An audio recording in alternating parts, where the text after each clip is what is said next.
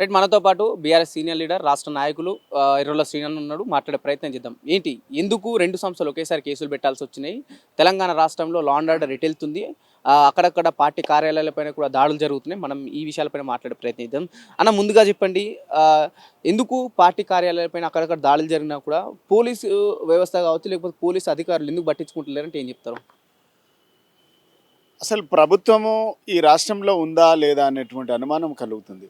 ఎందుకనంటే ప్రభుత్వము చేయాల్సినటువంటి పనులు చేయకుండా, ప్రభుత్వము అధికారంలోకి రావడానికి ముందు కాంగ్రెస్ పార్టీ ఇచ్చినటువంటి హామీలను అమలుపరచకుండా, దృష్టి వాటిపైన పెట్టకుండా ఇలా డైవర్ట్ పాలిటిక్స్ చేస్తుంది, అటెన్షన్ డైవర్ట్ చేస్తూ ఉన్నది. అంటే ఇది ఎందుకు అనంటే కేవలం బీఆర్ఎస్ పార్టీ నాయకులంతా 6 గ్యారంటీలపైన 420 హామీలపైన మాట్లాడుతున్నందుకు ఈ అటెన్షన్ డైవర్షన్ చేస్తూ ఉంది. ఎందుకనంటే ముందుగానేమో కాళేశ్వరం ప్రాజెక్టు మీద డైవర్ట్ చేసి రాజకీయాలను కొద్ది రోజులు నడిపించిండ్రు. తర్వాత ఫోన్ ట్యాపింగ్ మీద కొద్ది రోజులు నడిపించిండ్రు. తర్వాతనేమో హైడ్రా పేరు మీద కొద్ది రోజులు డ్రామా నడిచింది. కొద్ది రోజులేమో మూసీ నదిపై నడిచింది. కొద్ది రోజులేమో లగచల్ర మీద నడిచింది. కొద్ది రోజులేమో ఇలా ఏసీబీ ఈడీ కేసుల మీద డైవర్ట్ పాలిటిక్స్ నడుస్తుంది. ఈ 400 రోజుల పాలనలో కాంగ్రెస్ పార్టీ చేసింది శూన్యం, చెప్పిందేమో కొండంత, చేసిందేమో ఘోరంత. ఇలా చెప్పే మాటలకును చేసే పనులకు మాత్రం అసలు ఎలాంటి పొంతన లేకుండా ఈరోజు రాష్ట్ర రాజకీయాలు నడిపిస్తూ ఉన్నారు. అంటే కేవలం అటెన్షన్ డైవర్ట్ చేసి ప్రజల దృష్టి మళ్లించి, ప్రతిపక్షాల దృష్టి మళ్లించి ఇలా పాలన చేస్తారు. ఎన్ని రోజులు చేస్తారు? ఇదేం పాలన? మీకు ఇచ్చింది ప్రజలు 5 సంవత్సరాలు పరిపాలించమని ఇచ్చిండ్రు. ప్రజలకు ఇచ్చినటువంటి హామీలు చేయండి, హామీలు నెరవేర్చండి, ప్రజలకు ఇచ్చినటువంటి వాగ్దానాలు నెరవేర్చండి.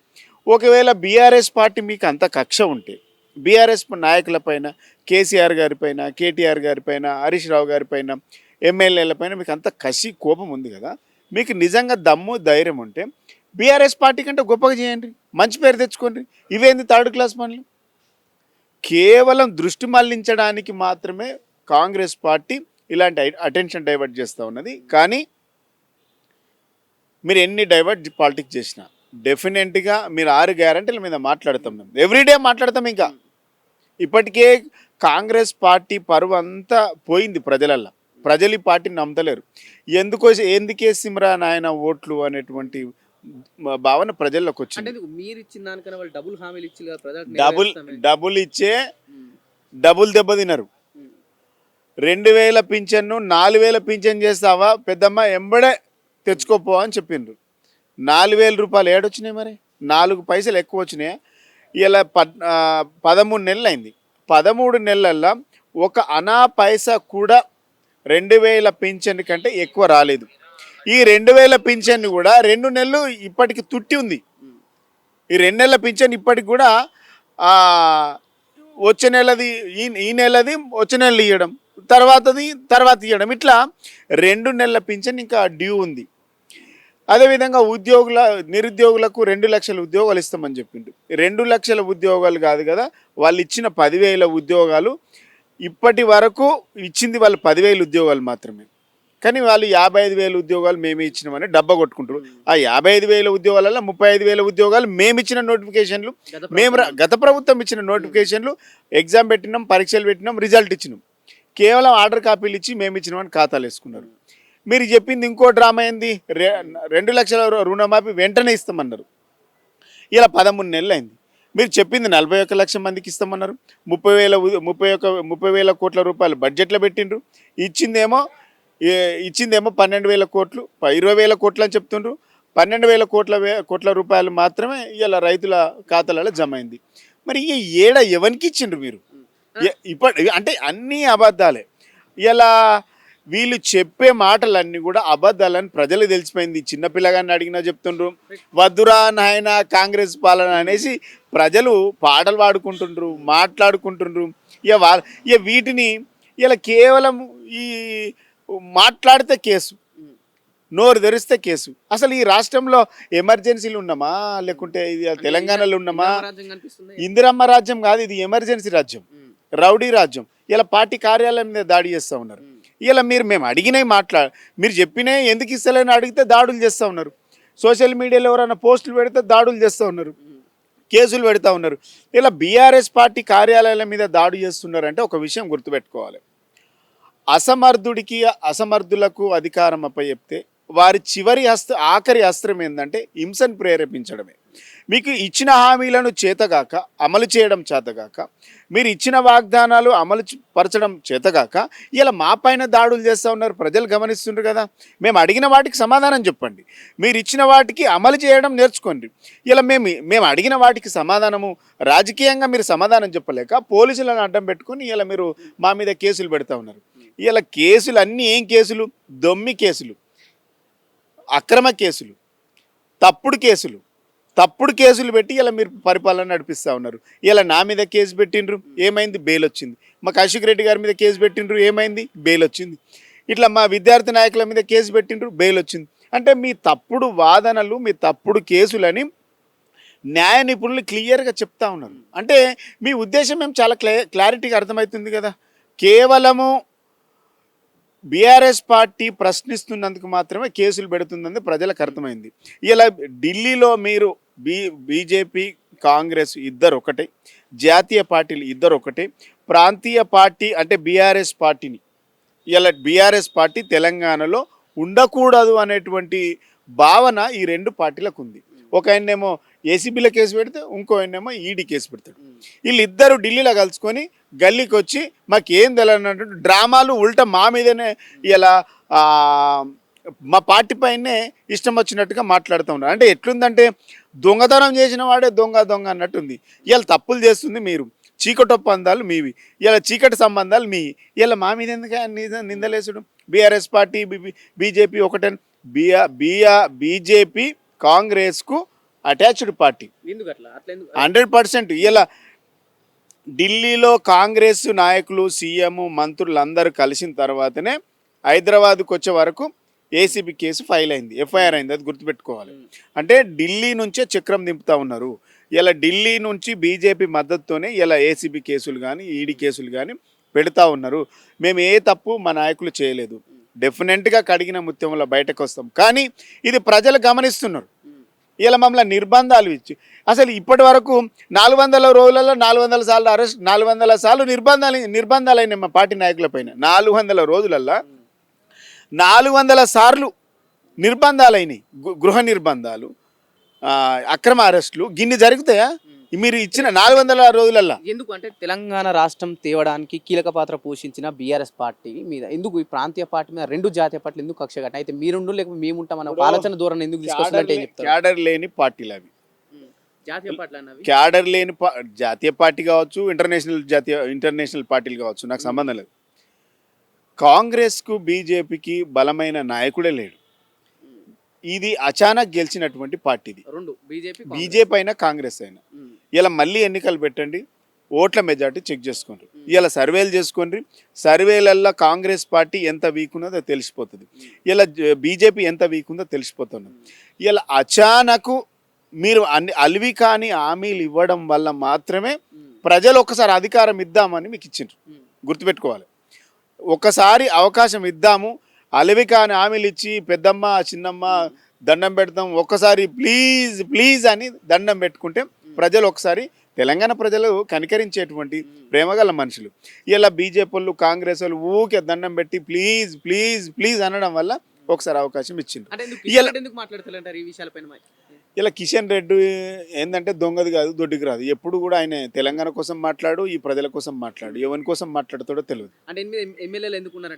నేనేమంటున్నా, ఇక పార్టీ కాబట్టి ఉన్నారు. ఎప్పుడు కూడా ఆయన ఏం మాట్లాడు, ఈ తెలంగాణకు వచ్చేదాని గురించి మాట్లాడు, తెలంగాణకు పోయేదాని గురించి మాట్లాడు. ఆయన ఉన్నామా అంటే ఉన్నాడు అంతే.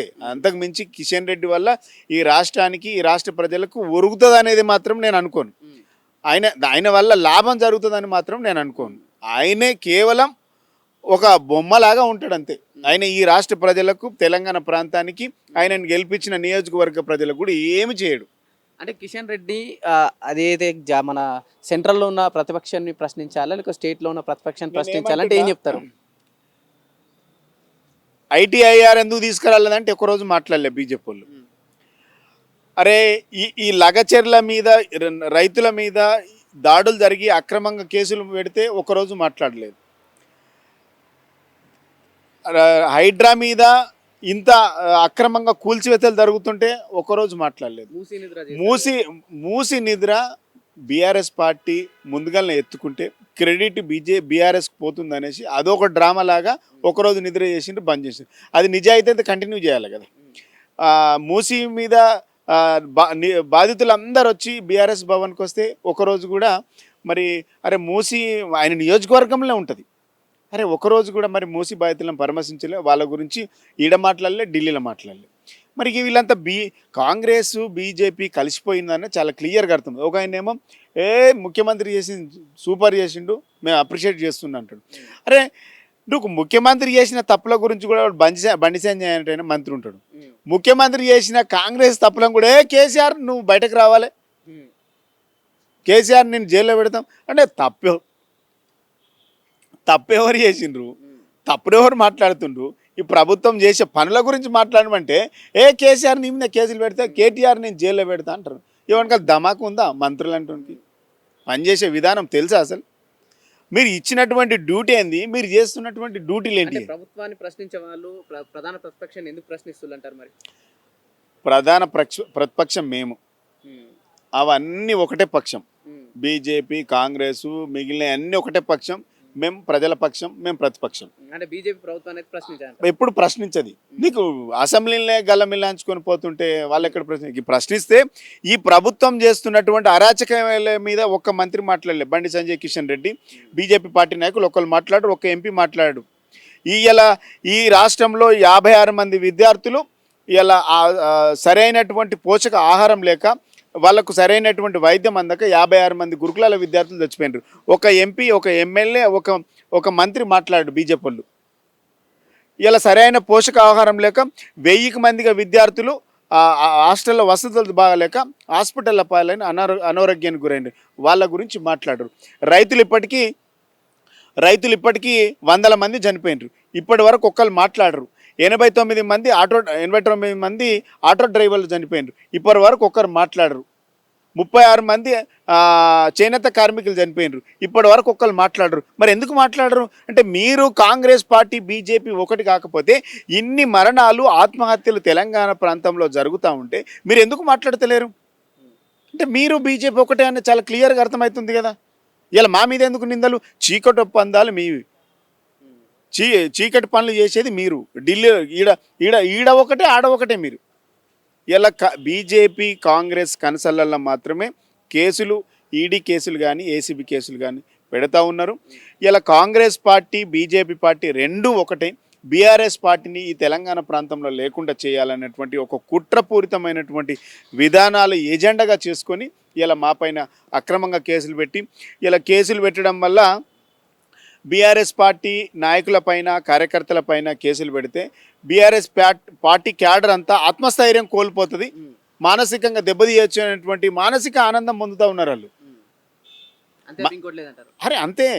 కానీ గుర్తుపెట్టుకోవాల్సింది ఏంటంటే BRS party cadre, BRS party లీడర్స్కి కేసులు కొత్త కాదు, అరెస్టులు కొత్త కాదు, నిర్బంధాలు కొత్త కాదు. అరే మేము ఉద్యమాలు చేసినట్టు మీరంతా లేరు, అడ్రస్ లేరు. మీరంతా ఆంధ్రోల దగ్గర ఆ అడుగులకు మడుగులు ఒత్తుకుంటూ కూర్చున్నారు. ఆ రోజు మేము ఉద్యమాలు చేస్తే ఇలా మీకు ఉద్యోగాలు వచ్చినాయి. ఇలా కేసీఆర్ దయ వల్ల మీరంతా క్యాబినెట్లో ఉన్నారు. ఇలా కేసీఆర్ లేకుంటే మీ అందరికి పదవులు లేవు. కేసీఆర్ లేకుంటే ఇలా తెలంగాణ లేదు. తెచ్చిన తెలంగాణ మేము ఇలా విచ్చలవిడిగా ఇలా చిన్నాభిన్నం చేసి చింద్రం చేసి తెలంగాణను విధ్వంసం చేస్తున్నది, కుట్ర చేస్తుంది మీరు. ఇలా ప్రజలు గమనిస్తూ ఉన్నారు. అరే నోరు తెరిస్తే కేసులు అండి, తెల్లారితే కేసులు. ఇలా ఇళ్లలో వండుకునే పరిస్థితి లేదు. ఇలా ఎప్పుడు అరెస్ట్ చేస్తారో తెలియదు, ఏ కేసు పెడతారో తెలియదు. ఇలా నీతో మాట్లాడితే కేసు, ఇలా దీంట్లోకి వెళ్ళి పాయింట్లు తీసుకుంటారు. ఇదేం కేసు అంటే సోనియమ్మ 6 గ్యారంటీలు ఇచ్చింది, 7వ గ్యారంటీ కింద ఈ తెలంగాణ ప్రజలకు డెమోక్రసీ ఇస్తా, ప్రజాస్వామ్యాన్ని కల్పిస్తా, స్వేచ్ఛని ఇస్తా, హక్కులను ఇస్తా అన్నాడు. ఇలా 7వ గ్యారంటీ అమలు కాదు కదా, దాన్ని పూర్తిగా ఆగం చేస్తుండ్రు. ఇలా భారత రాజ్యాంగం కల్పించినటువంటి ప్రాథమిక హక్కులను కాలరాస్తున్నారు. ఇలా మాట్లాడే స్వేచ్ఛ లేదు, ఇలా ప్రశ్నించే హక్కు లేదు. ఇవన్నిటినీ ఈ హక్కులకు భంగం కల్పిస్తుంది కాంగ్రెస్ ప్రభుత్వం. ఫైనల్ ఒక క్వశ్చన్ అన్న, స్థానిక సంస్థల ఎలక్షన్ గురించి అడుగుతున్నా. దాదాపు సంవత్సర కాలంగా సర్పంచ్ పదవి కాలం అయిపోయింది, ఖాళీగా ఉన్నారు. మనం ఈ నిన్న మొన్న సంక్రాంతికి ఇంటికి వెళ్తే దోమలు కావచ్చు, లేదంటే అక్కడ డ్రైనేజ్ వ్యవస్థ కావచ్చు, పూర్తిగా నాశనమైన పరిస్థితి కనిపిస్తుంది. ఎందుకు అధికార పాలన ఇంకా ఉంచాల్సి వస్తుంది? వాళ్ళకి దాదాపు 3-4 నెలల నుంచి జీతాలు ఎందుకు ఇస్తలేరు? గతంలో బీఆర్ఎస్ ప్రభుత్వం ఉన్నప్పుడు నెల నెలకు ఆ ఫండ్స్ కావచ్చు, లేకపోతే కార్మికులకు జీతాలు పడేవి. ప్రస్తుతం దాన్ని ఎందుకు పట్టించుకుంటలేదు పల్లెటూరు అంటే ఏం చెప్తారు? అసలు పట్టణాలకు అభివృద్ధికి నిధులు పెడతలేరు, పల్లెలలో నిధులే లేవు. అసలు అసలు గ్రామీణ ప్రాంతాలను కంప్లీట్గా వదిలేసిండు. గ్రామాలలో ఒక్క రూపాయి డెవలప్మెంట్ లేదు. స్ట్రీట్ లైట్ పోతే వేసే దిక్కు లేదు, డ్రైనేజీ వ్యవస్థ బాగలేదు, వాటికి ఖర్చే లేదు, అసలు ఖర్చు పెట్టే పరిస్థితి లేదు. గతంలో ఎవరైతే ఉన్నటువంటి విలేజ్ సెక్రటరీ, విలేజ్ సర్పంచ్ ఎవరైతే ఉన్నారో సొంతంగా 2 నుంచి 3 లక్షలు 5 లక్షల దాకా ఖర్చు పెట్టుకున్నారు. ఆ అప్పులు రిటర్న్ ఇచ్చే పరిస్థితి లేదు ఈ ప్రభుత్వం దగ్గర. అప్పులు పెట్టుకున్నాం, పదవి పోయింది. ఇలా సెక్రటరీది అదే పరిస్థితి ఉంది, సర్పంచ్ది అదే పరిస్థితి. వాళ్ళ డబ్బులు తిరిగి అప్పు సొంతం జేబులకెళ్ళి అప్పు చేసినటువంటి డబ్బులను కూడా తిరిగి ఇవ్వాలనే పరిస్థితి. ఒకరిద్దరు చనిపోయినట్టుగా ఉన్నారు, అంటే చాలా వరకు కూడా చనిపోయినరు. అంటే ఇలా విలేజ్లో డెవలప్మెంట్ శూన్యం అయిపోయింది. ఇలా విలేజ్లలో దోమలు, ఇలా దోమల మందు కొట్టేటోళ్ళు లేరు, డ్రైనేజీలు తీసేటోళ్ళు లేరు, డ్రైనేజీలు తీస్తున్నటువంటి పారిశుద్ధ కార్మికులకు జీతాలు లేవు.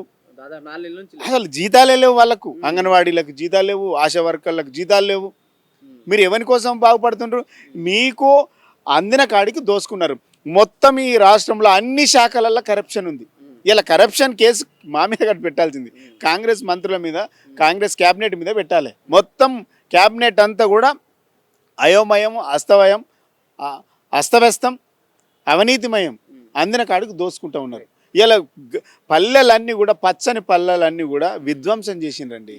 ఇలా పల్లెలలో ఇలా మొన్న పల్లె ప్రగతి లేదు, పట్టణ ప్రగతి లేదు, అవన్నీ పక్కన పెట్టి ఇలా మీరేదో గొప్పగా చేస్తారంటే, ఇలా మీరు గ్రామీణ ప్రాంతాల్లో మొన్న సంక్రాంతి పోయినటువంటి వాళ్ళని అడిగితే చెప్తారు, గ్రామీణాల్లో స్ట్రీట్ లైట్ లేవు, కనీసం పారిశుద్ధ కార్మికులు పని చేయడం లేదు, ఎందుకంటే వాళ్ళకి జీతాలు ఇస్తలేరు. ఇలా మొత్తం తెలంగాణ ఒకప్పుడు పచ్చని తెలంగాణ పల్లెలలో అనేక అవార్డులు వచ్చినాయి సెంట్రల్ నుంచి. ఇలా వీటిని చూస్తే ఎట్లయిపోయిందంటే కంప్లీట్గా తెలంగాణ ఒక విధ్వంసం జరిగిపోయింది అన్నటువంటి భావన 1 ఇయర్లో తీసుకొచ్చిండు. గొప్ప పరిపాలన మీది. అంటే గతంలో బీఆర్ఎస్ పార్టీ ఉన్నప్పుడు పల్లెల గురించి ప్రధానంగా ఒక కార్యక్రమం తీసుకుంది, పల్లె ప్రగతి ఒక పేరుతో. కానీ ఆ పల్లె ప్రగతితో ఉపాధి హామీ కింద వాళ్ళకి పని కల్పించారు కదా. ఇప్పుడు ఆ పల్లె ప్రగతి ఎడిపోయిందంటే ఏం చెప్తారు? ఇప్పుడు మీరు NRHGS కింద 400 రూపాయలు ఇస్తామని చెప్పిండ్రు, ఎవరికి ఇచ్చిర్రు? ₹1 అందుతలేవా? అసలు ఇచ్చుండ్రా అంటున్నా. పని దినాలు పెంచుతామని చెప్పారు, పని వేతనం పెంచుతామన్నారు. దాని మీద రివ్యూ జరిగిందా? ఇప్పటి వరకు వాటిపైన రివ్యూ జరిగిందా? ఈ రాష్ట్రంలో అత్యాచారాలు జరుగుతున్నాయి, వాటిపైన రివ్యూ ఉందా? ఇలా హైదరాబాద్లో లా అండ్ ఆర్డర్ కంప్లీట్గా దెబ్బతిన్నది, వాటిపైన రివ్యూ ఉందా? ఇలా గురుకులాల్లో 56 మంది విద్యార్థులు చచ్చిపోయినారు, వాటిపైన రివ్యూ ఉందా? ఎడ్యుకేషన్ పైన రివ్యూ ఉందా? హెల్త్ పైన రివ్యూ ఉందా? సంక్షేమం పైన రివ్యూ ఉందా? హోంశాఖ పైన రివ్యూ ఉందా? దేని మీద ఉంది రివ్యూ? పట్టణ ప్రగతి మీద రివ్యూ ఉందా? పల్లె ప్రగతి పైన రివ్యూ ఉందా? దేని మీద ఉంది రివ్యూ? మీకు ఎక్కడైతే డబ్బులు రావాలనో అక్కడ రివ్యూలు చేస్తున్నారు మీరు. ఇలా మొత్తం తెలంగాణ పల్లెలన్నీ మొత్తం చింద్రం చేసి పడేసిండ్రు 1 ఇయర్లో. ఇలా ఏ ఊర్లకు పోయినా ఎక్కడ వేసిన గొంగళి అక్కడనే ఉంది. ఇలా మీరు కనీసం ఎలక్షన్ పెట్టుకోలేని దుస్థితిలో ఉన్నారు. మీకు నిజంగా అన్నీ చేస్తే మీరు ఎలక్షన్ ఎందుకు పోతట్లేదు? ఎలక్షన్ ఇలా డేట్ అయిపోతాక 3-4 నెలలు అయిపోయింది, ఎందుకు పోతలేరు మీరు? అంటే వాళ్ళు క్లారిటీ ఉన్నారు, మాకు సీట్లు రావని. 100% వాళ్ళకు ఎలక్షన్ పోతే సీట్లు రావు కాబట్టి వాళ్ళు ఏం చేయాలో అర్థమైతలేదు. ఇలా కులగణన పెట్టిండ్రు, కనీసం దాని రిపోర్ట్ ఉందా? మీరు సర్వే చేయించిండ్రు, దాని రిపోర్ట్ ఉందా? అసలు ఈ ప్రభుత్వం గిన్ని హామీలు ఇచ్చింది, గిన్ని ప్లానింగ్లు చేసుకుంటారు కదా, ఒక్కదాని మీద మీ దగ్గర విత్ డాటా ఉందా? క్లారిటీ ఉందా? అంటే మీకు ఏజెండా లేదు. ఒక పని చేసేటువంటి మీ దగ్గర ఒక పని చేస్తున్నటువంటి విధానము, ఒక ప్లానింగు, మీ ప్లానింగే లేదు. ప్రభుత్వము ఈ ప్లానింగ్ చేస్తే ప్రజలకు లాభం జరుగుతుంది అనేటువంటి ఒక ప్లానింగ్ లేకుండా అన్ప్లానింగ్లా వెళ్తూ ఉన్నారు. అందరు స్కామర్సే, ప్లానర్స్ ఎవరు లేరు. అందుకే ఇలా మొత్తం కుదేలైంది. హైదరాబాద్లో రియల్ ఎస్టేట్ పడిపోయి సంవత్సరం అయిందండి.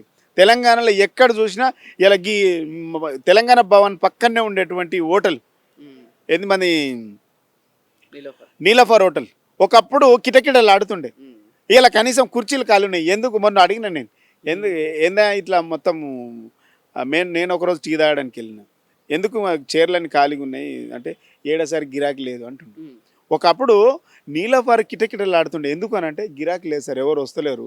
అప్పుడు గంటలు గంటలు కూర్చొని మాట్లాడేటోళ్ళు, మాకు గిరాకీ ఎక్కుతుండే, కుర్చీ దొరకపోతుండే. ఇలా కనీసం వచ్చేటోడు దిక్కులేడు, సగం చైర్లు ఖాళీ ఉంటున్నాయి అంటుండు. ఇలా ఏవి నడుస్తున్నాయి? ఒకటి మందు గిరాకీ ఉంది, ఒకటి హాస్పిటల్ గిరాకీ ఉంది, ఒకటి మెస్ గిరాకీ ఉంది. ఈ మూడు తప్ప ఇంకేది లేదు. రాష్ట్రం అంతా కుదేలైపోయింది. ఒకటి హాస్పిటల్, రోగాల బారిన పడి హాస్పిటల్ పాలవుతున్నారు. ఇలా విపరీతంగా ఫుడ్ తిని హాస్పిటల్ పాలవుతున్నారు. హోటల్ ఒకటి గిరాకీ ఉన్నది. ఇలా మీకు ఎక్కడ చూసినా రోడ్ల మీద అసలు ఏం పని లేక చాలామంది ఖాళీగా ఉన్నారు. దీని కారకులు ఎవరు? మీరు కదా. ఇలా మొత్తం అస్తవ్యస్తం చేసింది మీరు కదా, మీ పాలన కాదా? ఒక్కరికైనా పని కల్పిస్తున్నారా? ఎంతమంది? రియల్ ఎస్టేట్ మీద వేల మంది బతికేటోళ్ళండి. ఇలా కనీసం కొనేటోడు దిక్కులేడు, అమ్ముకుందాం అక్కెరకుండి అమ్ముకుందాం అంటే కూడా కొనేవాళ్ళు దిక్కులేరు. ఇలా ఎందుకు వచ్చింది ఆ పరిస్థితి? దాని కారకులు కాంగ్రెస్ పార్టీ కదా. ఇలా సంవత్సర కాలంలో ఈ ఏమో చేస్తారని ప్రజలు గెలిపిస్తే సంవత్సర కాలంలో మొత్తం ఈ రాష్ట్రాన్ని కుదేలు చేసి ఇలా మళ్ళీ మీది వంద ఏంది సంవత్సర కాలంలో 100 సంవత్సరాలు వెనుకకు తీసుకుపోయినటువంటి చరిత్ర మీది. గుర్తుపెట్టుకోండి. రైట్, ఇది పరిస్థితి. కాంగ్రెస్ వచ్చిన సంవత్సరం నుండి ఎటువంటి వాళ్ళు ఇచ్చిన హామీలు కావచ్చు, ఎటువంటి అభివృద్ధి చేయలేదు. పూర్తిగా పట్టణాలు కావచ్చు, పల్లెలు పూర్తిగా అస్తవ్యస్తంగా పడ్డాయి. ప్రభుత్వం కావచ్చు, లేకపోతే అక్కడ ఉన్న అధికారులు ఎక్కడ కూడా పట్టించుకోవట్లేదు. ప్రభుత్వం కేవలం ప్రశ్నించే వాళ్ళపైన కేసులు పెడుతుంది. ప్రధానంగా బీఆర్ఎస్ పార్టీ వర్కింగ్ ప్రెసిడెంట్ అయిన కేటీఆర్ పైన కూడా పదే పదే కేసు పెడుతుంది. ఎందుకంటే కేటీఆర్ వాళ్ళు ఇచ్చిన హామీలు కావచ్చు, వాళ్ళు ఇచ్చిన 6 గ్యారెంట్ల విషయంలో ప్రశ్నించకూడదని ఒక ఆలోచన ధోరణితోనే ఉందని చెప్పేసి మనకు ఎర్రల శ్రీనివాస్ చెప్పడం జరుగుతుంది. రైట్, మనతో పాటు తులమ్మ గారు ఉన్నారు, మాట్లాడే ప్రయత్నిద్దాం. మేడం చెప్పండి, రీసెంట్గా ఏసీబీ కేసు విచారణకి వెళ్ళిండు, విచారణ సక్సెస్ఫుల్గా బయటకు వచ్చింది. ఈరోజు విచారణకు పిలవడం జరిగింది కదా, దీన్ని ఎలా చూస్తారు? ఇదంతా కూడా కావాలని చేస్తారు అనేది చాలా స్పష్టంగా మనకు అర్థమవుతుంది. ఈడీ అయినా ఏసీపీ అయినా ఎవరు పిలిచినా కూడా నేను వస్తాను, నేను తప్పు చేయాలి, ఒక నయా పైసా కూడా నేను అక్కడ తేడా రాకుండా చూసుకున్నా, ఎక్కడ కూడా ఒక రూపాయి కూడా అక్కడ తేడా లేదు అని చెప్పేసి కేటీఆర్ చాలా క్లియర్గా దేనికోసం చేసిన అనేది చాలా స్పష్టంగా చెప్తూనే ఉన్నారు. కాబట్టి ఈడీ కూడా పోతే వాళ్ళు ఏది అడిగితే అది సమాధానం చెప్తారు, వస్తారు.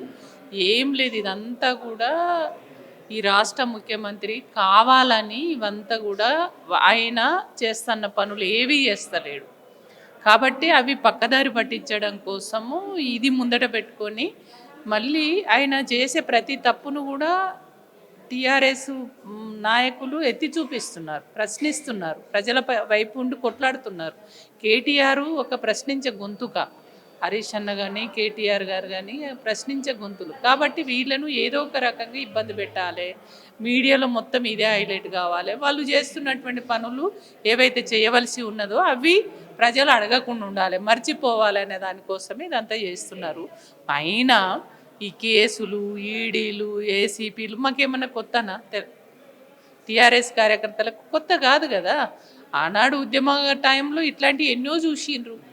కాబట్టి ఈ కేసులు పెట్టినా, జైళ్ళకు పోయినా, ఏ రకంగా వీళ్ళు ఇబ్బంది పెట్టాలని చూసినా కూడా భయపడేదైతే లేదు.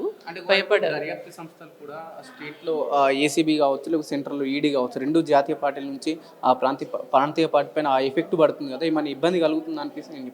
ఏమి ఇబ్బంది లేదు, ఇదంతా కావాలనే చేస్తున్నారు. అటు సెంట్రల్లో కావచ్చు, ఇక్కడ వీళ్ళు కలిసి కావాలని ఇవాళ ప్రాంతీయ పార్టీని లేకుండా చేయాలనేటువంటి కుట్రలో భాగమే. ఎందుకంటే ఇవాళ ప్రాంతీయ పార్టీలు అయితే ప్రజల నాడి తెలిసిన వాళ్ళు, ప్రజలకు దగ్గరగా ప్రజా సమస్యలు, ప్రజా అవసరాలు ఏమున్నాయి ఏంటి అనేది ప్రజల మనోభావాలకు అనుకూలంగా పరిపాలన చేసుకోవాలనేటువంటి ఆలోచన ఉంటుంది. ప్రజలకు అందుబాటులో ఉండేటువంటి స్థానిక పార్టీలు వాళ్ళ బాగులు కోరుకునేటువంటి.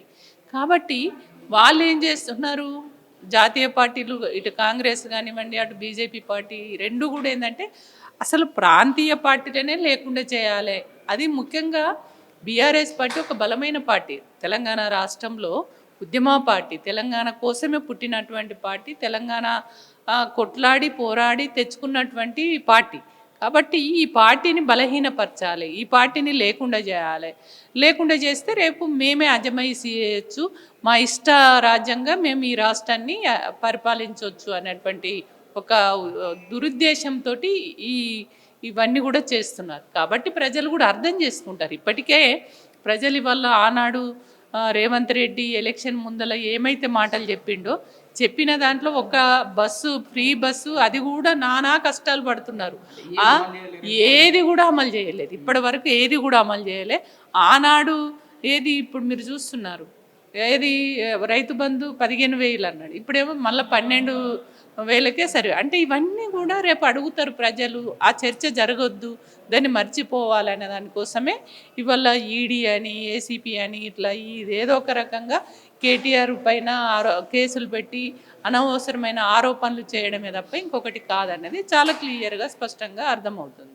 సెంట్రల్ దర్యాప్తు సంస్థ, మరో స్టేట్ దర్యాప్తు సంస్థ, రెండు దర్యాప్తు సంస్థలు కలిసి ప్రాంతీయ పార్టీలో ఉన్న బీఆర్ఎస్ పార్టీ వర్కింగ్ ప్రెసిడెంట్ పైన 2 కేసులు పెట్టాం. అటు ఈడీ కావచ్చు, ఏసీబీ కావచ్చు. ప్రాంతీయ పార్టీ వీటి వల్ల ఏమైనా ఇబ్బంది పడుతుందా మీ కార్యకర్తలు, మీలాంటి నాయకులు? ఒకటండి, ఇటువంటి కేసెస్ పెట్టి మీరు అన్నట్లు ప్రాంతీయ పార్టీలనే కావచ్చు, లేకపోతే ఎవరైతే ప్రశ్నిస్తున్నారో వాళ్ళందరినీ సప్రెస్ చేయాలనే ఒక వ్యూహం ఖచ్చితంగా అధికార పార్టీలలో ఉంటుంది. మనం దేశవ్యాప్తంగా బీజేపీ గవర్నమెంట్ యొక్క వ్యవహార శైలి కూడా చూసినాం. ఎక్కడెక్కడైతే ప్రాంతీయ పార్టీలు అధికారంలో, గతంలో మేము అధికారంలో ఉన్నప్పుడు పెట్టినటువంటి కేసులు మనం చూసాం. వాళ్ళు ఢిల్లీలో కేజ్రీవాల్ లాంటి వాళ్ళ యొక్క ఇష్యూస్ చూస్తూ ఉన్నాం.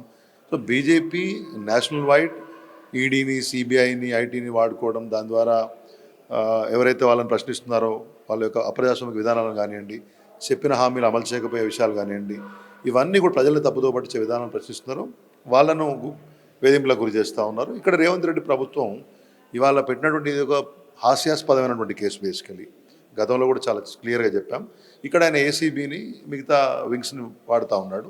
సరే, ఏసీబీ కేసు పెట్టింది కాబట్టి ఈ కేసులో ఈడీ కూడా ఒక ఈసీఐఆర్ నమోదు చేసి దర్యాప్తు చేస్తూ ఉన్నారు. ఏదైనా కానీ ఫార్ములా ఈ రేస్ సంబంధించి పదే మేము చెప్తా ఉన్నాం, దీంట్లో అవినీతి లేదు, కానీ అవినీతి నిరోధక శాఖ ద్వారా కేసు పెట్టారు. దీంట్లో ఎక్కడ కూడా డబ్బు మిస్అప్రాప్రియేట్, అంటే ఎక్కడ కూడా అవకతవకలు, దీంట్లో నిధుల చెల్లింపులో కానీ వినియోగంలో అవకతవకలు జరగలేదు. ఏ కంపెనీకి అయితే, ఏ కార్ రేసింగ్ కంపెనీకి అయితే డబ్బులు వెళ్ళాలని చెప్పినారో ఆ డబ్బులు అక్కడికి పోయినాయి, వాళ్ళ దగ్గర ఉన్నాయి.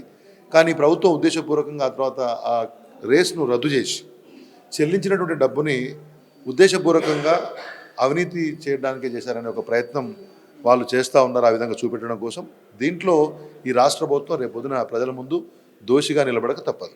అంటే రెండు తెలుగు రాష్ట్రాల్లో కూడా ఒక తెలంగాణకు సంబంధించిన పార్టీ దాదాపు 540కి పైగా సీట్లున్న వాళ్ళు ఎందుకు జాతీయ పార్టీలు ఒక ప్రాంతీయ పార్టీకి భయపడాల్సి వస్తుంది అంటే ఏం చెప్తారు? అంటే ఒకటి, ఎవరు కాదన్నా అవునన్నా తెలంగాణ రాష్ట్రంలో బీఆర్ఎస్ పార్టీ అనేది ఒక strong political party. It's a formidable force. ప్రజల్లో బలంగా, ఇవాళ అధికారం కోల్పోయినా కానీ ప్రజల్లో బలంగా ఉన్నటువంటి ఒక పార్టీ. 39 మంది ఎమ్మెల్యేలు, సరే 10 మంది పోయినా కానీ టెక్నికలీ దే ఆర్ ఎమ్మెల్యేస్. కాబట్టి రాష్ట్ర వ్యాప్తంగా పంచాయతీ నుంచి పార్లమెంట్ వరకు పూర్తి స్థాయిలో బలంగా ఉన్నటువంటి ఒక పార్టీ. ప్రతిరోజు పొలిటికల్ ప్రెషర్స్కి తట్టుకుని ఇటు రాష్ట్రంలో ఉన్నటువంటి కాంగ్రెస్ అధికార పార్టీ, అదొక జాతీయ పార్టీ, జాతీయ స్థాయిలో ఉన్నటువంటి బీజేపీని, ఈ రెండు పార్టీలని సమానంగా ఎదుర్కొనే శక్తి, ఆ సమర్థత, అటువంటి నాయకత్వం ఉన్నటువంటి పార్టీ. కాబట్టి somehow they wanted to suppresses. కాబట్టి బీఆర్ఎస్ని అడ్డు తొలగించుకుంటే మేము ఇక్కడ అధికారం వెళ్తామనే ఒక ఆలోచన విధానంలో ఉన్నారు. అది వాళ్ళ యొక్క కలలు కాక తప్పదు. ఎందుకంటే నేను ముందే చెప్పాను, కేసీఆర్ గారి యొక్క నాయకత్వంలో ఈ 25 సంవత్సరాల ఈ పార్టీ ప్రస్థానంలో, పోయిన 10 సంవత్సరాల గవర్నమెంట్ నడిపించే సందర్భంలో అనేక మంది బ్రహ్మాండమైన నాయకులు ఈ పార్టీలో తయారయ్యారు, పంచాయతీ నుంచి పార్లమెంట్ వరకు. కాబట్టి ఈ నాయకత్వానికి కొదవలేనటువంటి పార్టీలో, లేకపోతే ప్రశ్నించడానికి కొదవలేనటువంటి ఒక పార్టీలో మీరు ఏదో రకంగా భయపెట్టి, లేకపోతే ఉద్దేశపూర్వకమైన వేధింపులకు గురి చేసి ఏదో చేస్తాము, పార్టీని లేకుండా చేస్తాము, భయపెడతామనుకుంటే అది అయ్యే పని కాదు. ఎటువంటి కేసులు పెట్టినా మీరు చూస్తూ ఉన్నారు, సంవత్సరం నుంచి సోషల్ మీడియా కార్యకర్తల నుంచి మొదలుపెట్టి వివిధ నాయకుల వరకు ఏ వేధింపులకు కూడా తలగకుండా పనిచేస్తూ వస్తూ ఉన్నారు. కాబట్టి జాతీయ పార్టీల ప్రయత్నాలు వాళ్ళు చేస్తారు, చిల్లర ప్రయత్నాలు, కానీ బీఆర్ఎస్ లొంగే అవకాశం ఉండదు. That's what. మీరు జాతీయ స్థాయిలో బీజేపీ ప్రస్తుత అధ్యక్షుడు జేపీ నడ్డా గారు మాట్లాడినా, చాలాసార్లు అమిత్ షా గారు మాట్లాడినా ఈ దేశంలో ప్రాంతీయ పార్టీల అవసరం లేదని చెప్తూ ఉంటారు. కానీ ఎన్డీఏలో వాళ్ళ గవర్నమెంట్ బీజేపీ గవర్నమెంట్ కాదు, they are running an NDA government. అపోజిషన్లో ఉన్నప్పుడు యూపీఏలో కాంగ్రెస్ పార్టీ, అంటే ఇప్పుడు ఇండియా అలయన్స్ అంటున్నారు, అంతకుముందు యూపీఏ ఉండే. ఇండియా అలయన్స్లో ఉన్నాయంది మెజారిటీ మీకు ప్రాంతీయ పార్టీలు ఉన్నాయి. ప్రాంతీయ పార్టీల యొక్క మద్దతు లేనిది మీ యొక్క మనుగడ లేదు. అవన్నీ కూడా పెద్ద సైజు ప్రాంతీయ పార్టీలకి ఈ రెండు పార్టీలు ఇవాళ నడుస్తూ ఉన్నాయి దేశవ్యాప్తంగా. అబ్సల్యూట్లీ ఇప్పుడు నితీష్ కుమార్, చంద్రబాబు నాయుడు, ఆఖరికి పవన్ కళ్యాణ్ లాంటి వాడిని కూడా ఇవాళ వాళ్ళు మద్దతు కోరి ఆయన యొక్క చల్లని చూపుల కోసం దేవరించాల్సిన పరిస్థితి వస్తూ ఉంది. గతంలో కంటే ఇప్పుడు ఎట్లా బిహేవ్ చేస్తున్నారు ప్రధానమంత్రి గారు కూడా మనం చూస్తూ ఉన్నాం. అంటే కేవలం ఈ ఎన్డీఏ కూటమిలో కలవకపోవడానికి ఇట్లాంటి చేస్తున్నారు. అంటే ఒకటి గుర్తుపెట్టుకోండి, ఏ పొలిటికల్ పార్టీకి వాళ్ళకి ఆ వ్యూహం ఉంటుంది. ఒకటి ఇక్కడ స్వతంత్రంగా పోయిన ఎన్నికల సమయంలో, పోయిన పార్లమెంట్ ఎన్నికలు అనుకోండి, మన అసెంబ్లీ ఎలక్షన్స్ అనుకోండి, పోయిన 5 yearsలో కూడా అన్ని సందర్భాల్లో కాంగ్రెస్కి బీజేపీకి సమాన దూరం పాటిస్తామని చెప్పాం. కేసీఆర్ గారి నేతృత్వంలో జాతీయ స్థాయిలో వీళ్ళను ఎక్కడెక్కడ వాళ్ళ అవకతవకలనే ప్రశ్నిస్తామని చెప్పాం. ఖచ్చితంగా అవన్నీ కూడా వాళ్ళకి కడుపుమంటగా ఉంటుంది, వాళ్ళకు ఖచ్చితంగా దాన్ని బాధ కలిగిస్తుంది. కాబట్టి ఒక విష ప్రచారం చేయడము, కేసుల పాలు చేయడము, ఇంకా ఇబ్బంది పడే ప్రయత్నం చేస్తారు. This will continue. ఇవాళ అయిపోతుందని నేను అనుకోవట్లేదు. వాళ్ళు ఏం చేసినా కానీ ఓ పార్టీని అంతర్ధానం చేయడము, పార్టీని లేకుండా చేయడం అనేది వాళ్ళతో అయ్యే పని కాదు. అంటే రెండు అధికారంలో ఉన్న పార్టీలు, ఒకటి సెంట్రల్లో ఒకటి స్టేట్లో, ఎప్పుడు చూసినా కేసీఆర్ ఎప్పుడు బయటకు వస్తాడు, కేసీఆర్ ఎప్పుడు బయటకు వస్తారని ఒక ఆ విధానాన్ని తీసుకొస్తున్నారు. ఇన్కేస్ కేసీఆర్ బయటకు వస్తే ఏ విధంగా ఉండబోతుంది, ఏ విధంగా కేసీఆర్ ప్రశ్నిస్తాడంటే ఏం చెప్తాడు? ఇప్పుడు ప్రతి పార్టీకి ఒక వ్యూహం ఉంటుంది రాజకీయ పరంగా. అది ఇతర పక్షాల మీద పోరాడడం కానీ, రాజకీయ పరమైనటువంటి అంశాలను ఎదుర్కోవడం కానీ. కేసీఆర్ గారు ఎప్పుడు బయటికి రావాలనేది కాంగ్రెస్ నుండి బీజేపీ నిర్ణయించవు కదా. వారికి సుదీర్ఘమైనటువంటి రాజకీయ అనుభవం ఉన్న నేతగా, ఈ రాష్ట్ర రాజకీయాలుగా, జాతీయ రాజకీయాల మీద పూర్తి స్థాయి పట్టున్న నేతగా ఎప్పుడు వారి యొక్క ప్రజెన్స్ ఉండాలి, ఏ అంశాల మీద మాట్లాడాలనే విషయం వారు నిర్ణయించుకుంటారు. దానికి అనుగుణంగా వారి కార్యాచరణ ఉంటుంది. అది కాంగ్రెస్ బీజేపీ చెప్తే కాదు. మేము వారి యొక్క మార్గదర్శనంలో మన దగ్గర ఉన్నటువంటి వర్కింగ్ ప్రెసిడెంట్ కేటీఆర్ గారి దగ్గర నుంచి మొదలుపెట్టి సాధారణ కార్యకర్త వరకు పార్టీ వారి యొక్క నిర్దేశత్వం ప్రకారం నడుస్తూ ఉంటుంది. కాంగ్రెస్ పార్టీ యొక్క ప్రభుత్వం ఏదైతే చెప్పి చేయని అంశాలు ఉన్నాయో వాటి మీద పోరాటం నడుస్తూ ఉంటుంది. రైట్ మేడం, రాష్ట్రంలో ఎటు చూసినా సరే బీఆర్ఎస్ నాయకులపైన కావచ్చు, కార్యకర్తలపైన కేసులు నడుస్తున్నాయి, గృహ నిర్బంధాలు జరుగుతున్నాయి. ఎందుకు ప్రభుత్వం కేవలం ప్రతిపక్షంలో ఉన్న నాయకులు ఎందుకు కక్ష రాజకీయాలు ఎందుకు చేస్తుందంటే ఏం చెప్తారు? ఈరోజు క్వశ్చన్ చేస్తున్నది ఎవరండి? ప్రజల పక్షాన నిలబడ్డది ఎవరు? BRS party. మొన్నటికి మొన్న చూసుకుంటే మనము రాష్ట్రంలో ఉన్న కాంగ్రెస్ కావచ్చు, లేదు నేషనల్లో ఉన్న బీజేపీ కావచ్చు, రెండు కలిసి పనిచేస్తున్నట్టుగా ఉంది మన రాష్ట్రంలో పరిస్థితి. ఎందుకంటే ఈరోజు కేటీఆర్ గారి మీద పెట్టిన కేసు విషయంలో మొన్న సిబిఐ విచారణ చేసిన సందర్భంలో కూడా క్వశ్చన్లు కూడా అడిగిన క్వశ్చన్లే మళ్ళీ తిరిగి అడుగుతున్నారని చెప్పేసి అవి రాసిచ్చింది రేవంత్ రెడ్డి గారు ఏమో అన్నట్టు కేటీఆర్ గారు మాట్లాడిన సందర్భాన్ని చూస్తున్నాం. ఎన్ని నిర్బంధాలు పెట్టినా, ఎటువంటి అడ్డంకులు పెట్టినా మేము ఒకటే అంటున్నాం బీఆర్ఎస్ పార్టీ తరఫు నుంచి, మా మీద పెట్టిన కాన్సన్ట్రేషన్ లేదు, కక్షపూరితంగా తీసుకునే నిర్ణయాలు ఇవి కాదు కావాల్సింది రాష్ట్ర ప్రజలకు మీరు చేసే మంచి కావాలి. మీరు చేసి ఎట్టి కనబడుతుంది కదండి, పల్లెల్లోకి వెళ్దాం. ఒకటి ఈరోజు రైతు భరోసా అని చెప్పారు. మీరు ఏం చెప్పారు? ఎలక్షన్ ముందుల రైతు భరోసా 15,000 ఇస్తామని చెప్పారు. రైతు కూలీలకు ఇస్తామని చెప్పారు, కౌలు రైతులకు ఇస్తామని చెప్పారు, భూమి ఉన్న వాళ్ళకి ఇస్తామని చెప్పారు.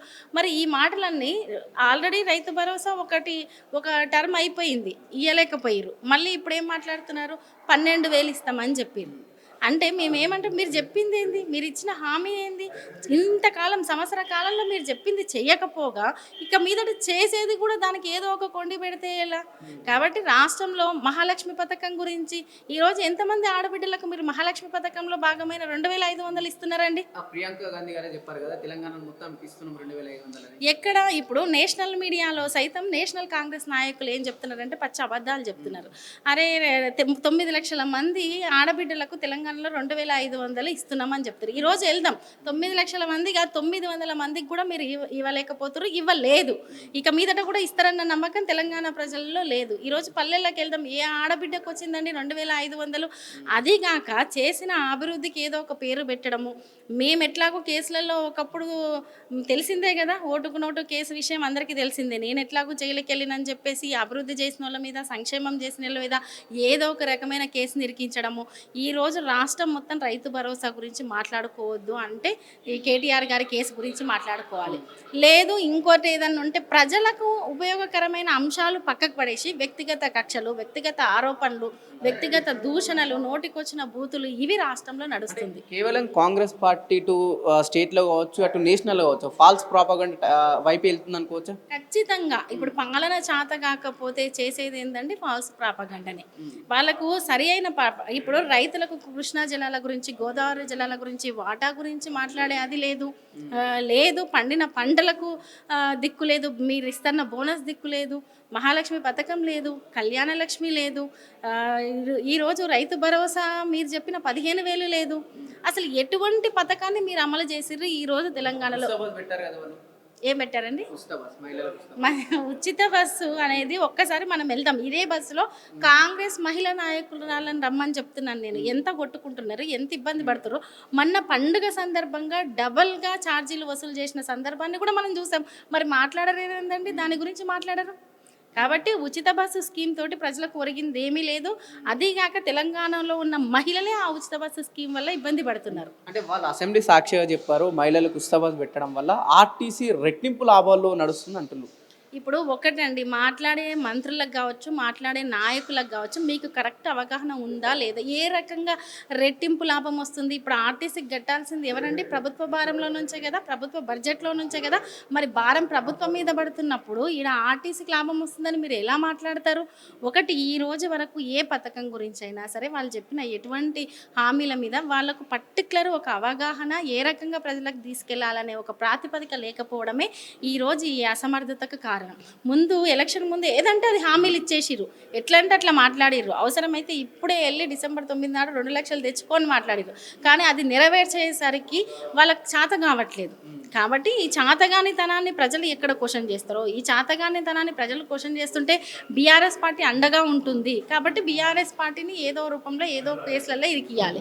అలా ఇరికిస్తే వాళ్ళు మాట్లాడారు, లేదు మా అసమర్థత గురించి ప్రజలు కూడా డైవర్ట్ అయిపోతారు అనేది ఆ రకమైన కుట్ర జరుగుతుంది. రైతు భరోసా గురించి మీరేం చెప్పదలుచుకున్నారు? రీసెంట్గా క్యాబినెట్ సమావేశం పెట్టి మేము 6,000 ఇవ్వదలుచుకున్నామని రేవంత్ రెడ్డి ఖరాఖండిగా చెప్పిండు. సంక్రాంతి కానుకగా ఇస్తామన్న 6,000 కూడా దాదాపు సంక్రాంతి అయిపోయింది. ఏం చెప్పదలుచుకున్నారు వీటి గురించి? ఒకటండి, ఇంతకుముందు బతుకమ్మకు మేము ఇచ్చే చీరలు బాగోలేవు, చాలా అద్భుతంగా ఇంకా మంచిగా 2 చీరలు ఇస్తామని మాట్లాడారు.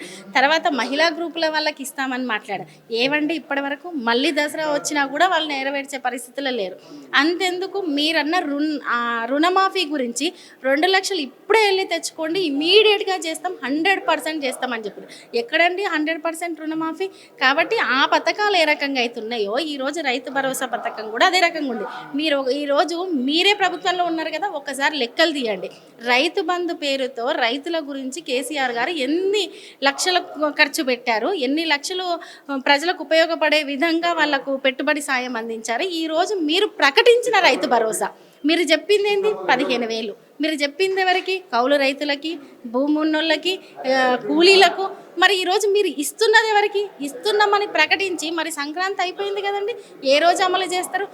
మేము నివేదికలు తయారు చేస్తున్నాం. ఎన్ని నివేదికలు తయారు చేస్తారండి? సంవత్సర కాలం అవుతుంది, ఇప్పటి వరకు ప్రభుత్వం చేతిలో సరైన నివేదిక లేకపోతే మరి మీ ప్రభుత్వం ఏ రకంగా పనిచేస్తుందని అనుకోవాలి మేము? అంటే వాళ్ళు కేసులు పెడుతుంది కదా, పని చేయడం కదా, అక్రమాలు ఏదైతే కేటీఆర్ లాంటి వాళ్ళు 55 కోట్లు స్కామ్ చేసినట్లు మేము ఒకటి అంటున్నాం, ఇక్కడ అక్రమం ఎక్కడుంది, అవినీతి ఎక్కడుంది? డెవలప్మెంట్ కోసం అభివృద్ధి కేటీఆర్ గారు చాలా క్లియర్గా చెప్పారు. ట్రాన్సాక్షన్ జరిగింది, పలానా కంపెనీకి జరిగిందని కంపెనీ కూడా ఒప్పుకుంది, మీ అధికారం మీ చేతుల్లో ఉందని మీరు అవినీతి చేసిరని కేసు పెడుతుర్రు, అక్రమంగా పెడుతురు. కానీ నేను హైదరాబాద్ అభివృద్ధి కోసం చేశాను అని చెప్తున్నారు. ఈరోజు హైదరాబాదే కాదండి, ప్రపంచవ్యాప్తంగా మనం ఒకటి చూస్తున్నాం. రాష్ట్రంలో ఉన్న రేవంత్ రెడ్డి గారి పేరును సైతం మర్చిపోయి పేరు మాత్రం గుర్తుపెట్టుకోలేని ప్రజలను చూస్తున్నాము. ప్రపంచ దేశాలు సైతం హైదరాబాద్ గురించి మాట్లాడుకుంటే కేటీఆర్ గారి పేరుని గుర్తు చేసే సందర్భాన్ని చూస్తున్నాం. ఒకటే ఒక మాట అంటున్నారు కేటీఆర్ గారు, మీరు నా మీద ఎన్ని కేసులన్నా పెట్టండి, ఏ రకంగా అది అక్రమం అని మీరు నిరూపించినా సరే, అది మీ స్వార్థ రాజకీయ ప్రయోజనాల కోసం మీరు నా మీద కక్ష తీర్చుకోవడానికి నిరూపించవచ్చు. కానీ నేను హైదరాబాద్ ప్రజల ఇమేజ్ కోసమే చేశాను, నేను మంత్రిగా ఉన్నా ఉండకపోయినా ఈ ఇమేజ్ని కాపాడడం కోసమే కష్టపడతానని చెప్తున్నారు. గతంలో కేటీఆర్ గారు ప్రెస్ మీట్ పెట్టి అన్నారు, నేను మంత్రిగా ఉన్నా, మున్సిపల్ శాఖ మంత్రిగా నేను ఆర్డర్స్ ఇచ్చిన, నేనే చేసిన అని కరాఖండిగా చెప్పినా సరే ఎందుకు పదే ఏసీ ఫోర్స్ఫుల్గా కేసులు పెట్టి లేకపోతే ఈడీ కేసులు పెట్టి విచారణకు పిలుస్తుందని? కేవలం ఈ రైతు భరోసా కావచ్చు లేకపోతే రుణమాఫీ మీద ప్రశ్నించొద్దు, మేము డైవర్ట్ చేయాలని ఒక ఆలోచనతో ఉన్నదా కాంగ్రెస్ పార్టీ? ఒకటండి, ఈరోజు దేశవ్యాప్తంగా మనము అభివృద్ధిలో 10 ఏళ్ల క్రితం హైదరాబాద్ ఏ రకంగా ఉంది, ఈరోజు ఏ రకంగా ఉంది అనేది ఒకటి చూసుకుందాం. ప్రతి ఒక్కరూ మనం ఎందుకంటే దుబాయ్లో రేస్ జరిగితే అజిత్ గారు మూడవ స్థానంలో వచ్చి జాతీయ జెండాను ప్రదర్శించిన తీరును చూశాను కదా, మన దేశానికి ఖ్యాతి తెచ్చిన తీరును చూసాం కదా. మరి ఆ రకంగానే హైదరాబాద్ బ్రాండ్ ఇమేజ్ పెంచాలి. హైదరాబాద్ ఎవరికి సాధ్యం కాలేదు, దేశవ్యాప్తంగా ఏ ఒక్క నాయకుడికి సాధ్యం కానిది ఈరోజు హైదరాబాద్కి తీసుకొచ్చి అత్యంత అంగరంగ వైభవంగా మన ఇమేజ్ని పెంచే విధంగా ఫార్ములా ఈ రేస్ నిర్వహిస్తే మీరు లేని లోసగు అందులో ఏమీ లేదు, డొల్లా అని చెప్తున్నారు. నిజంగా చెప్పాలంటే కేటీఆర్ గారి మాటల్లో చెప్పాలంటే లొటపీస్ కేసు, నేను దీనికి భయపడనని కూడా చెప్పారు. ఒకటండి, వాళ్ళకి ఏంటంటే వాళ్ళు చేసే పనులు ప్రజలు మెప్పు పొందే పనులు కాదు. ఈరోజు బీఆర్ఎస్ పార్టీ 10 ఏళ్ళ అభివృద్ధి గురించి ప్రజలు మళ్ళీ ఆలోచిస్తున్నారు. కేసీఆర్ గారు రావాలి, కేసీఆర్ గారు ఉంటేనే, లేదు కేటీఆర్ గారు ఉంటే, లేదు హరీష్ రావు గారు ఉంటేనే ఈ రాష్ట్రము తెలంగాణ రాష్ట్రం మళ్ళీ మునుపటిలా మంచిగా ఉంటుంది అనేది ప్రజలకు అర్థమైపోయింది సంవత్సర కాలంలో.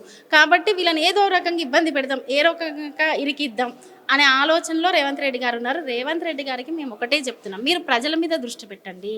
కక్ష మీద దృష్టి పెట్టడము లేదు, కుట్రల మీద దృష్టి పెట్టడం కాదు, ప్రజల మీద దృష్టి పెడితే మీరే మంచి నాయకులుగా నిలిచిపోతారు. కాబట్టి మంచి నాయకుల మీదకి లేదు, ప్రజలకు మంచి చేసిన నాయకుల మీద కాదు మీరు దృష్టి పెట్టాల్సింది. పేరు మర్చిపోయే అంటే అది ఒక్కొక్కసారి కాకతీయంగా జరుగుతుందండి. మీరు ఆ మార్క్ వేసుకోలేకపోతున్నారు. రేవంత్ రెడ్డి గారు తెలంగాణ ప్రజల గుండెల్లో ఆయన పాలన దృష్ట్యా ఒక మంచి మార్క్ వేసుకోకపోవడం వల్లనే ఆయన పేరును మర్చిపోతున్నారు. మీకు సడన్ గా ఎవరన్నా తెలంగాణ రాష్ట్ర ముఖ్యమంత్రి ఎవరంటే మీకు గుర్తుంటుందా? గుర్తులేట మళ్ళీ మీ పైన కేసు అయిపోయింది. ఏమో అంటే కేసులు పెడితే ఇప్పుడు ఇట్లా పెట్టుకుంటూ పోతే అడుగడుగున తెలంగాణ ప్రజలందరి మీద కేసులు పెట్టుకుంటూ పోవాలి. ఇప్పుడు లగచర్లలో చూసాము ఏ రకంగా కేసులు పెట్టారు అనేది. హైడ్రా విషయంలో చూసాము, బయటికి విసిరి మరీ అడ్డొస్తే కేసులు పెడతామని బెదిరిస్తున్నది చూసాం.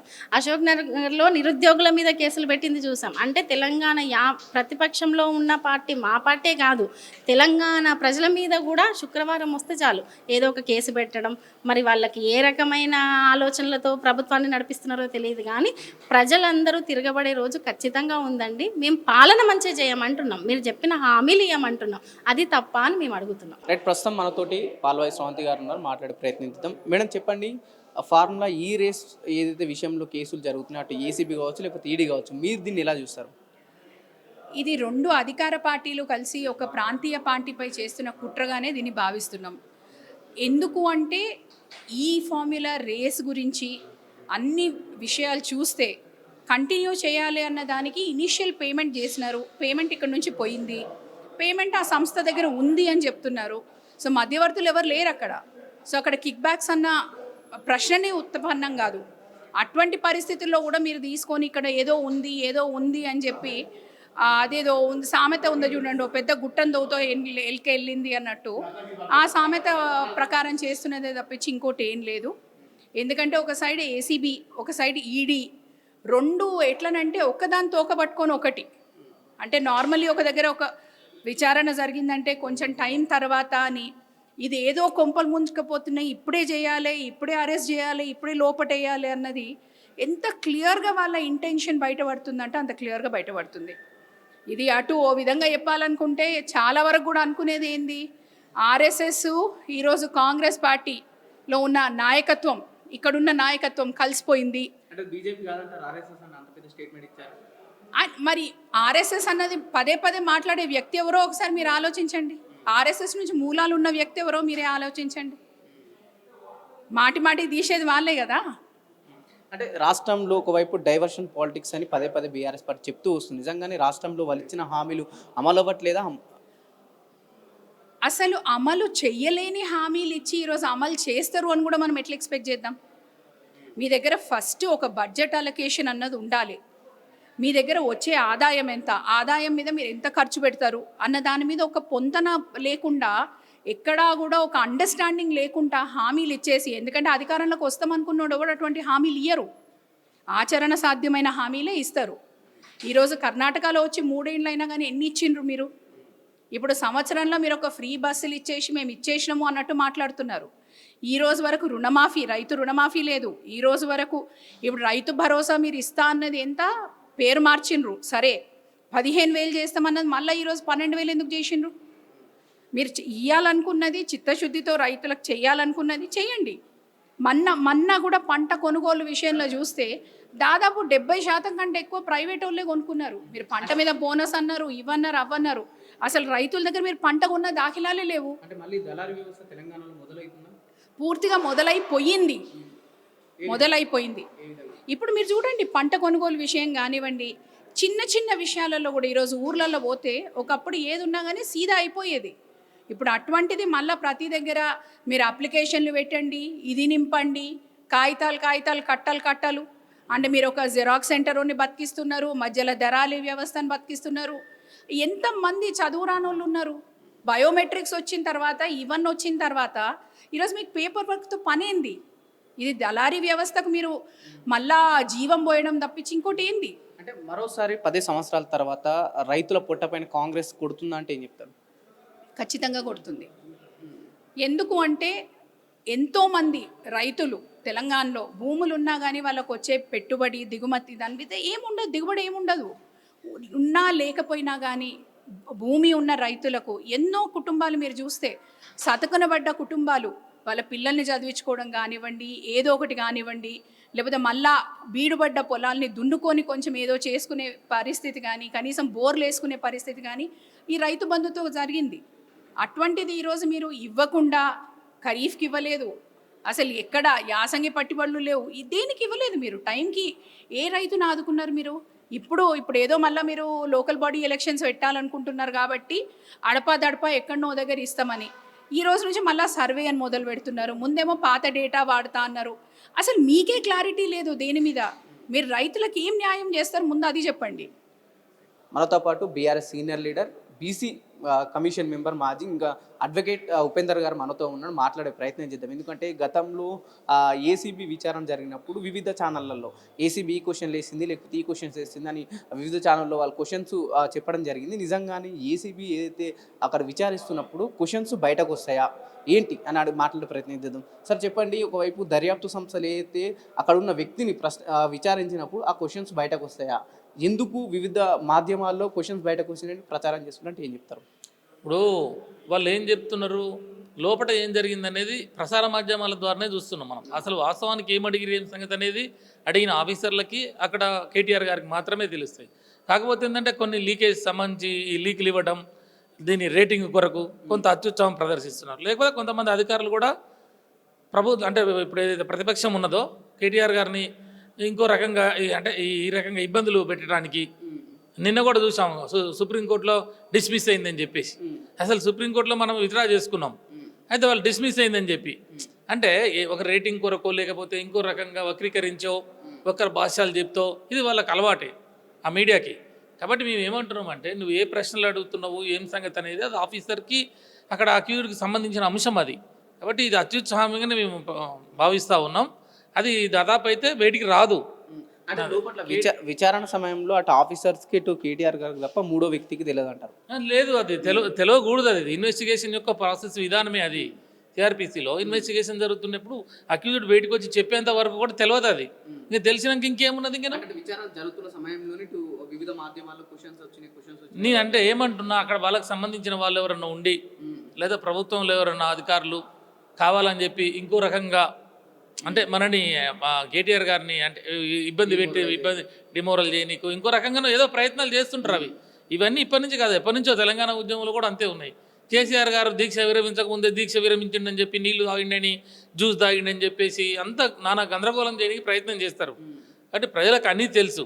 ఇక్కడ వాళ్ళు ఏంటి అంటే అది అట్లా చెప్పడం వల్ల మీడియా కూడా చాలా పారదర్శకంగా ఉండాలి. ప్రభుత్వ వ్యవస్థలు చాలా ఒక దాన్ని ఏమంటారు, రహస్య ప్రదేశంలో జరిగేదాన్ని మీ చేతిలోకి తీసుకొని అక్కడ అదడిగి ఇదడిగి చెప్తే వాళ్ళ యొక్క ఆ ఇన్స్టిట్యూషన్స్ యొక్క వాల్యూస్ కూడా తక్కువ చేసినట్టు అవుతుంది. కాబట్టి అత్యుత్సాహాలు మంచివి కావు.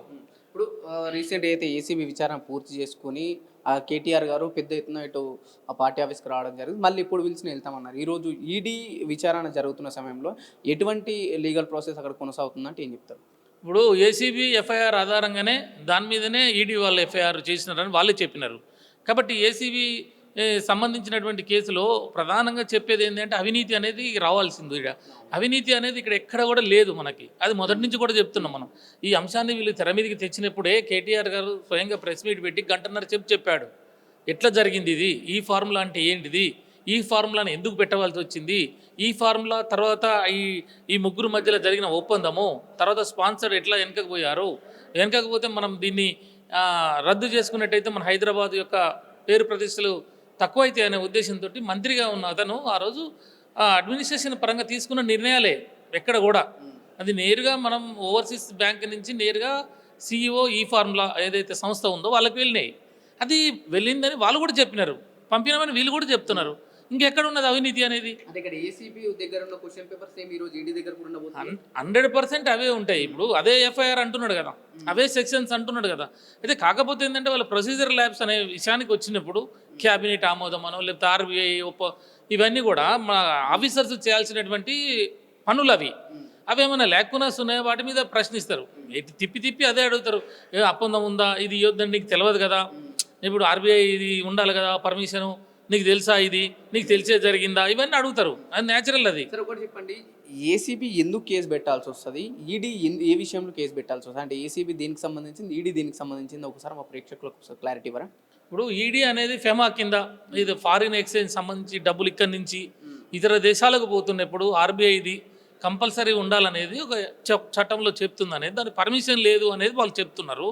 ఆ పర్మిషన్ ఉన్నదా లేదా, ఇప్పుడు అక్కడ జరిగిన ఐఏఎస్ ఆఫీసర్సే కదా వాళ్ళందరూ కూడా, హెచ్ఎండిఏలో పనిచేసిన వాళ్ళు కానీ లేకపోతే ఓవర్సీస్ బ్యాంక్ మేనేజర్ అయినా సరే, చట్టాలు వాళ్ళకి అన్నీ తెలుసు.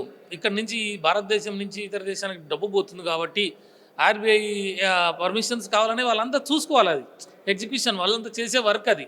అయితే ఏం జరిగింది, అది ప్రొసీజరల్ ల్యాబ్స్ ఏం జరిగినాయి, ఏం సంగతి అనేది ఇదంతా ఇన్వెస్టిగేషన్ జరుగుతుంది. కాబట్టి ఇక్కడనేమో అవినీతి అని చెప్పేసి ఏసీబీ, అదేమో ఫెమా కింద వస్తుంది. అసలు ఈ రెండు కూడా ఇన్వెస్టిగేషన్ ప్రాసెస్లోనే ఉన్నాయి, ఇంకా అండర్ ఇన్వెస్టిగేషన్. నిన్న ఏసీబీలో కేటీఆర్ గారిని అనేక ప్రశ్నలు అడిగితే సమాధానాలు ఇచ్చినారు, వాళ్ళు సమాధానాలు చెప్తున్నారు. ఈడీ కూడా పిలిచినారు, ఈడీకి కూడా సమాధానం చెప్తున్నారు. కాబట్టి ఏదేమైనా ఇన్వెస్టిగేషన్లో ఉన్నది కాబట్టి మనం దాని మీద అత్యుత్సాహంగా వాళ్ళు ఈ మీడియా ఏదైతే ఉన్నదో ఆ మీడియా అత్యుత్సాహంతో వాళ్ళు చెప్పడం జరుగుతూ ఉన్నది. ఇది కరెక్ట్ కాదు అంటున్నాం. ఇంకోటి ఏంటంటే ఈ దేశంలో ఈడీ కేసులు 5297 కేసులు ఉన్నాయి గత 10 సంవత్సరాలలో.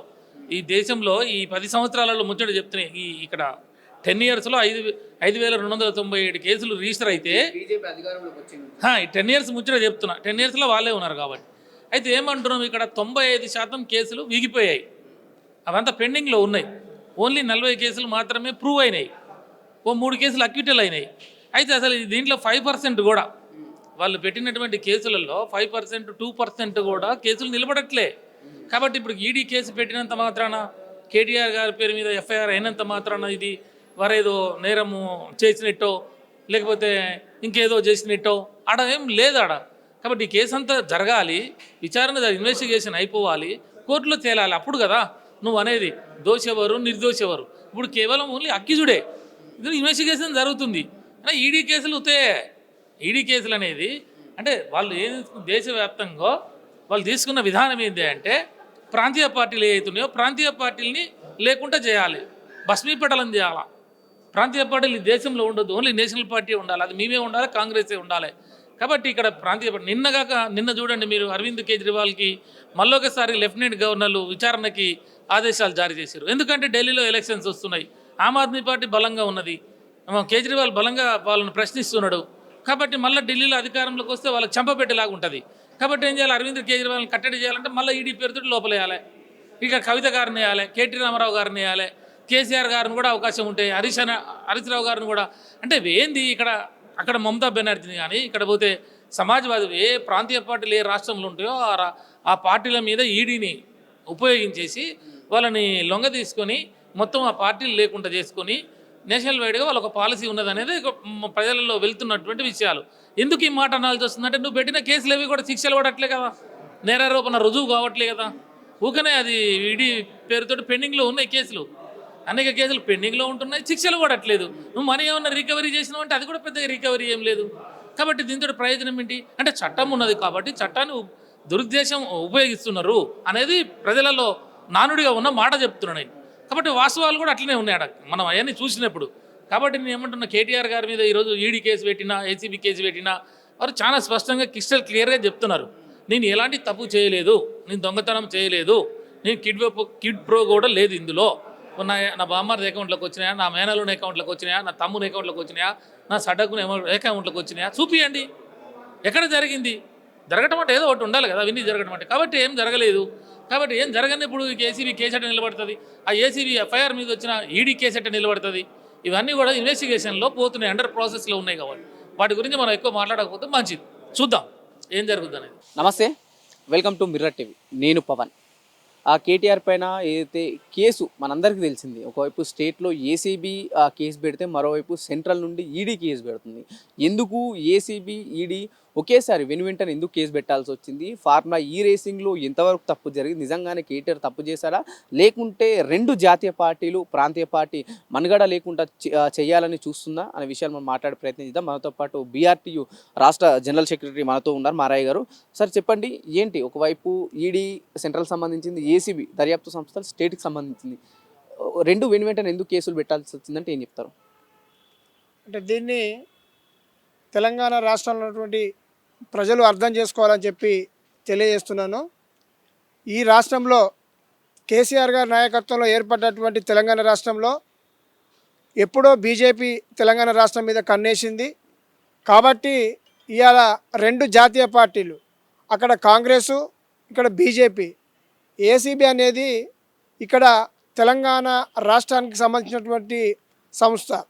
ఇలా ఈడీ అనేది జాతీయంగా ఉన్నటువంటి సంస్థ. అంటే దీని అర్థం ఏమిటంటే, మాకేమర్థమైంది కార్యకర్తలుగా మేము అర్థం చేసుకుంది ఏంటంటే, రెండు జాతీయ పార్టీలు, ఈ రాష్ట్రంలో ఉన్నటువంటి బీఆర్ఎస్ పార్టీ బలంగా ఉంది. కాబట్టి జాతీయ పార్టీలైన మనము ఉంటే నువ్వా ఉంటే నేనా అనే నినాదంతోనే ముందుకు పోయినట్టుగా మాకు కనిపిస్తుంది. అంటే ఎందుకు బీఆర్ఎస్ పార్టీ అటు ఎన్డీఏ కూటమి లేదు, ఇండియా కూటమి లేదు, అంటే ప్రాంతీయ పార్టీని మళ్ళీ జాతీయ పార్టీలు తొక్కడానికి ట్రై చేస్తున్నాయి, బలంగా ఉన్నాయి ఈ ప్రాంతీయ పార్టీని అంటే ఏం చెప్తారు? నేను మొదటి నుంచి చెప్తున్నా, మళ్ళీ కూడా మీ మీడియా ద్వారా చెప్తున్నా, బీజేపీ ఏదైతే మహారాష్ట్రలో వేసినటువంటి ఎత్తుగడనే ఇక్కడ క్లియర్గా తెలంగాణలో వేస్తుంది. సరే, భవిష్యత్తు వాళ్ళ ఆలోచన ఇప్పటికిప్పుడు వాళ్ళ చేతికి రాకుండా భవిష్యత్తులో బీజేపీ ఈ రాష్ట్రంలో నిలదొక్కోవాలంటే ఫస్ట్ బీఆర్ఎస్ పార్టీ ఉండొద్దు అనేదే వాళ్ళ ఎజెండా. అంటే బీఆర్ఎస్ నుంచి బలంగా వర్కింగ్ ప్రెసిడెంట్ పనిచేస్తుందని కేసులు పెట్టడం కోసం అర్థం అదే కదా. ఇలా కేటీఆర్ గారిని టార్గెట్ చేసిరంటే, కేటీఆర్ గారు కేసీఆర్ తర్వాత కేటీఆర్ గారు సర్వం పార్టీని మీదేసుకొని ముందుకు నడుపుతుంది కనుక కేసీఆర్ గారిని టార్గెట్ చేసినట్టయితే ఈ పార్టీ మనుగడ డౌన్ అవుతుందనే ఉద్దేశంతో వాళ్ళు కళ్ళు కంటారు. కానీ అలాంటి ఏమి నడవవు.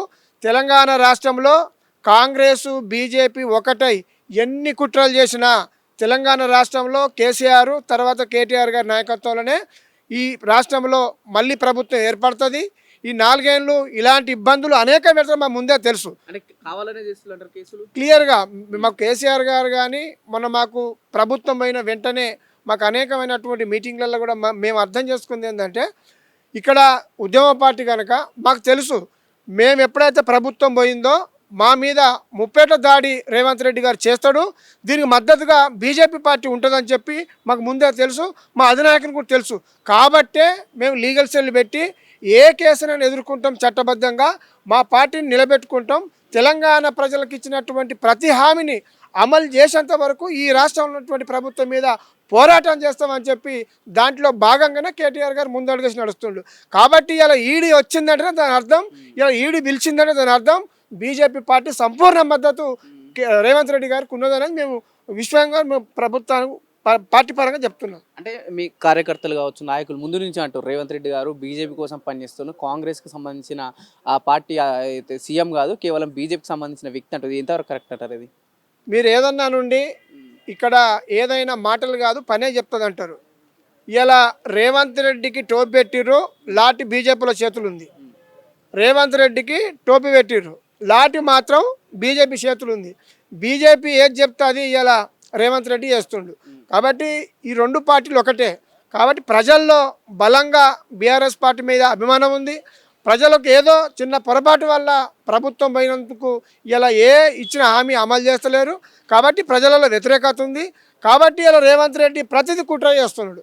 ఇలా మీరు ఇచ్చిన హామీలు అమలు చేయరు బాబు అంటే ప్రతిదీ మా పార్టీ మీద కుట్ర చేసి ఇలా మా వర్కింగ్ ప్రెసిడెంట్ అయిన కేటీఆర్ గారిని టార్గెట్ పెట్టుకుండు.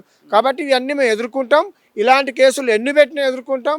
ఇలా కేటీఆర్ నొక్కల్ని వాళ్ళు జైల్లో పెట్టినా ఇంకేం చేసినా కేటీఆర్ లాగా ఇంకా అనేక మంది ఇలా హరీష్ రావు గారు ఉన్నారు, కవితక్క గారు ఉన్నారు, కేసీఆర్ గారు ఉన్నారు.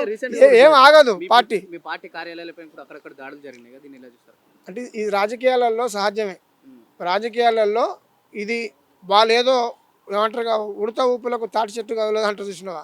వాళ్ళు ఏదో చిన్న చిన్న సంఘటనలు చేసి ఒక కార్యకర్తల్లో ఒక భయాందోళన సృష్టిస్తే వీళ్ళు కొద్దిగా బ్యాక్ అవుతారు అనేది ఒక దురుద్దేశంతో వాళ్ళు ఒక కుట్రపూరితమైన ఆలోచనతో రేవంత్ రెడ్డి గారి డైరెక్షన్లో ఇలా ఆ కాంగ్రెస్ పార్టీ వాళ్ళ ఎమ్మెల్యేలు ఎంపీలు కొంత అక్కడక్కడ చేస్తారు.